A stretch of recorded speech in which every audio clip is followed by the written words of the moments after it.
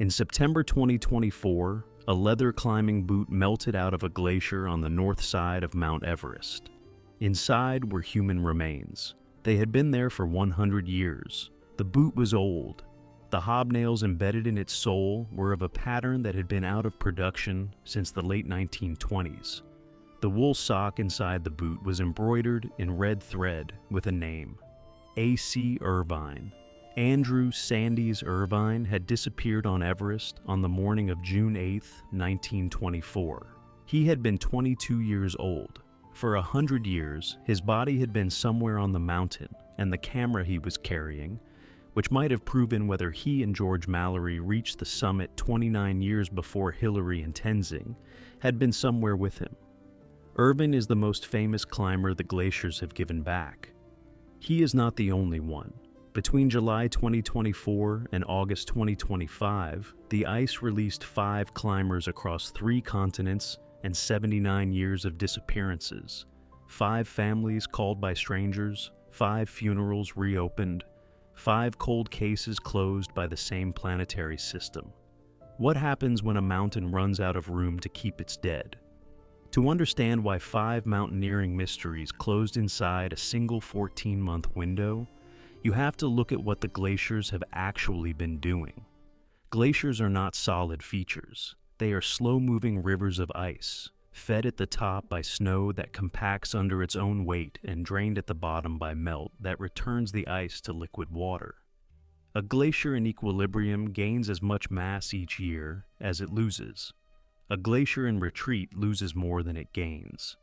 The retreat shows up as ice thinning at the surface and as the glacier's terminus, the lower end where it meets unfrozen ground, receding upslope each year. Since 1970, the world's reference network of monitored glaciers has lost more than 27 meters of water, equivalent in cumulative thickness. That is the equivalent of slicing a 98-foot slab off the top of every glacier in the network. The widespread retreat of glaciers since 1950, according to the Intergovernmental Panel on Climate Change, has not been observed at any point in the previous 2,000 years. Alpine glaciers are projected to lose approximately 90% of their remaining mass by 2100. The Andean Cordillera Blanca, the range that holds Peru's Huascarán, has lost 27% of its ice sheet over the past 5 decades. On Everest itself, the South Col Glacier, at 8,020 meters, the highest glacier on Earth, is losing approximately 2 meters of ice per year. Researchers from National Geographic and Rolex's Perpetual Planet expedition extracted ice cores from the glacier in 2019 and concluded in a 2022 paper in Nature Climate and Atmospheric Science that ice loss began in the mid-1800s and has intensified sharply since the year 2000. At current rates, the South Col Glacier is projected to disappear within decades. This is the geophysical fact behind the headlines. It is also the reason a body that disappeared in 1924 is now in a morgue. A climber's body, lost in a fall or buried in an avalanche, becomes part of the glacier's ice column. Over decades, the body migrates downslope at the speed of the surrounding ice, typically between half a meter and a meter per day on a moving glacier, slower on a static one. The body is preserved by cold and by the absence of the bacteria that would, at lower altitudes, complete the work of decomposition. What the mountain takes in normal conditions, the mountain keeps. Normal conditions ended decades ago. In the last 5 years, the rate at which bodies are emerging from European, South American, and Himalayan glaciers has accelerated past the point of coincidence. The pattern is now consistent enough that mountain rescue services in Switzerland, Austria, France, Italy, Peru, Pakistan, and Nepal have all developed informal protocols for handling remains that emerge from receding ice. The mountain storage system is failing. The bodies are coming out. The sequence between July 2024 and August 2025 has no precedent in the history of mountaineering. 1. In June 2024, 2 American brothers, Ryan Cooper and Wesley Warren, were descending Huascarán in Peru after a failed summit attempt. Cooper noticed something on the ice that did not blend in. It was the body of William Bill Stompfel, a 58-year-old American who had been killed by an avalanche on the same mountain in June 2002. His wedding ring was still in place. The hobnailed boots were intact. His California driver's license was inside a hip pouch, along with sunglasses, a camera, a voice recorder, and 2 decomposing $20 bills. Cooper called his wife from the mountain and asked her to find Stamfel's family. Within 48 hours, Stamfel's son had been notified by a stranger. Within 10 days, the body was off the mountain.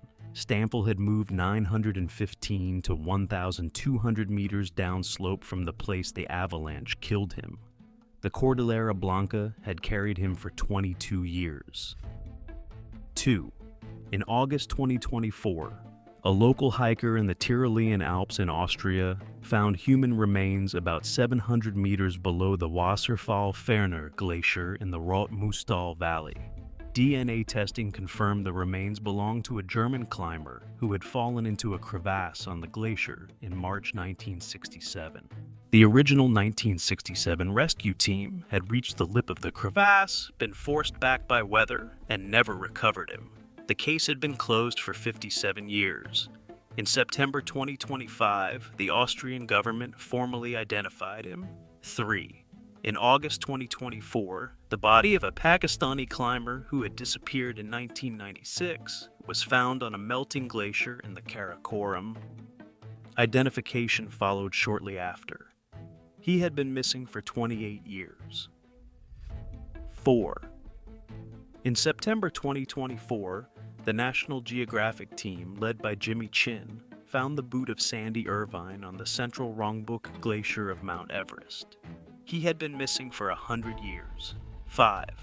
In July 2025, on the Obergabelhorn, a 4,063-meter peak in the Swiss Pennine Alps, climbers found the remains of a man who had disappeared on the same mountain in 1994. He had been missing for 31 years. That is 5 resolutions in 14 months on 3 continents, across disappearances ranging from 22 years to 100. Each one was a closed file. Each one had a family that had been told, in some form, that their person was permanently part of the mountain. Each one is now in a coroner's office. The pattern is no longer a series of separate news stories. It is a single story being told in installments. The mechanism of the resolutions is, in almost every case, the same. A climber, a hiker, or a search team encounter something on the ice that does not fit. They take photographs. They examine clothing labels, equipment, identification. They contact a family that, in many cases, has stopped expecting contact. Jennifer Stompfel described the call she received about her father's body on Huascarán. For 22 years, we just kind of put in our mind, this is the way it is. Dad's part of the mountain, and he's never coming home. Then her brother got a phone call from a stranger in Peru. The stranger had her father's wedding ring on the line. Julie Summers, the great niece of Sandy Irvine, has spent her professional life writing about her great-uncle. She published a biography of him, Fearless on Everest, in 2001. She had reasoned, after Mallory's body was found in 1999, and Irvine's was not, that the chances of any further discovery were vanishing. Her response to the news of the boot, she told National Geographic, was to be moved to tears. The boot, she said, was an object that belonged to him and has a bit of him in it. It tells the whole story about what probably happened. I'm regarding it as something close to closure. Both of those statements, Stamfel's and Summers's, describe a particular kind of grief that the systemic accident of climate change has created. It is the grief of having reached terms with a permanent absence, and then being told the absence was provisional. The body the family had buried in their imagination is now in a coroner's office, awaiting return. The funeral they held without a casket has to be reconsidered against the question of whether to hold another. The estate that closed without a death certificate is, in some jurisdictions, formally reopened. The grief is real. The system that produces it is new. In the Alps, where the pattern is most advanced, the rescue services have begun to issue public guidance. They tell families with missing relatives in the mountains to expect possible contact. They publish photos of equipment and clothing emerging from glaciers, in case a family recognizes a hiking boot or a backpack strap. The Swiss Pennine Alps and the Italian Aosta Valley have both seen multi-decade-old cases reopened in the last 3 years on the basis of clothing labels alone. This is, by any reasonable definition, a new institutional category. It is the systematic resolution of cold cases by climate change. The 5 climbers are not all that is coming out. In September 2024, before the Jimmy Chin team found Sandy Irvine's boot, they found something else first. An oxygen cylinder embossed with a date, 1933. 9 years after Mallory and Irvine had disappeared, the 1933 British Everest expedition had been the 4th attempt on the mountain. They had reached high on the northeast ridge, where they had found Irvine's ice axe, but no body, no camera, no Mallory. Their oxygen cylinder, dropped or discarded in the descent, has now reappeared on the central Rongbuk Glacier in 2024. Chin's team reasoned that an oxygen bottle would have fallen further and faster than a body, so they searched closer to the mountain. They found Irvine within days. The 1933 oxygen cylinder is the kind of artifact that, 10 years ago, expedition archaeologists assumed would be permanently inaccessible. Glaciers were understood to consume their content slowly, and to release it, if at all, on geological timescales. That assumption is no longer true. The glaciers are releasing their content on the timescale of a single human lifetime. In 2016, the bodies of 2 climbers from a renowned Himalayan expedition that had been buried in an avalanche in 1999 began emerging from a glacier. In 2017, climbers in the Italian Alps recovered equipment from a 1934 expedition. In 2019, Alpine Ice in Switzerland released a frozen letter from 1916. The Khumbu Icefall, on Everest's south side, has begun routinely returning the bodies of climbers from the 1970s and 1980s, at a rate that Sherpa cleanup teams describe as accelerating year over year. In August 2024, in the same window as 4 of the 5 climber resolutions, the remains of a British researcher who had vanished on King George Island in Antarctica in 1959 were also discovered amid rocks near a receding glacier. He had been missing for 65 years. He was not a climber. The mechanism that returned him was the same mechanism that returned the climbers, and the same mechanism that returned the 1933 oxygen cylinder, the 1934 expedition equipment, and the 1916 letter. The mountain is not selectively giving back what we want it to give back. It is giving back everything. That includes climbers whose families had been told the body was permanently buried under meters of ice. It includes equipment from expeditions whose archaeological value rises every decade. It also includes things less easy to categorize. Glacier melt in the Alps and the Andes has, in the last 5 years, exposed previously buried garbage from decades of climbing, abandoned camp materials, scientific equipment from research stations, and in at least 3 documented cases, prehistoric artifacts and remains that had been preserved in ice for thousands of years. The mountain is rendering up its archive. The archive includes the climbers. The honest closing argument is that the resolution of mountaineering's most famous mysteries is being driven not by mountaineering itself, but by a planetary-scale system the climbers had no role in designing. Sandy Irvine's case was not closed by 100 years of search expeditions. It was closed by the cumulative warming of the global atmosphere by approximately 1.2 degrees Celsius since the pre-industrial baseline. The boot melted out of the ice because the ice had warmed past its phase change threshold, in the ablation zone of a glacier whose mass balance has been negative for over a century.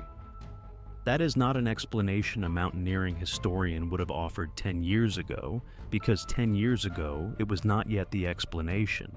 It is now. The same is true of Bill Stompfel. The same is true of the German climber on the Wasserfall-Ferner Glacier. The same is true of the Pakistani climber in the Karakoram and the climber on the Obergabelhorn.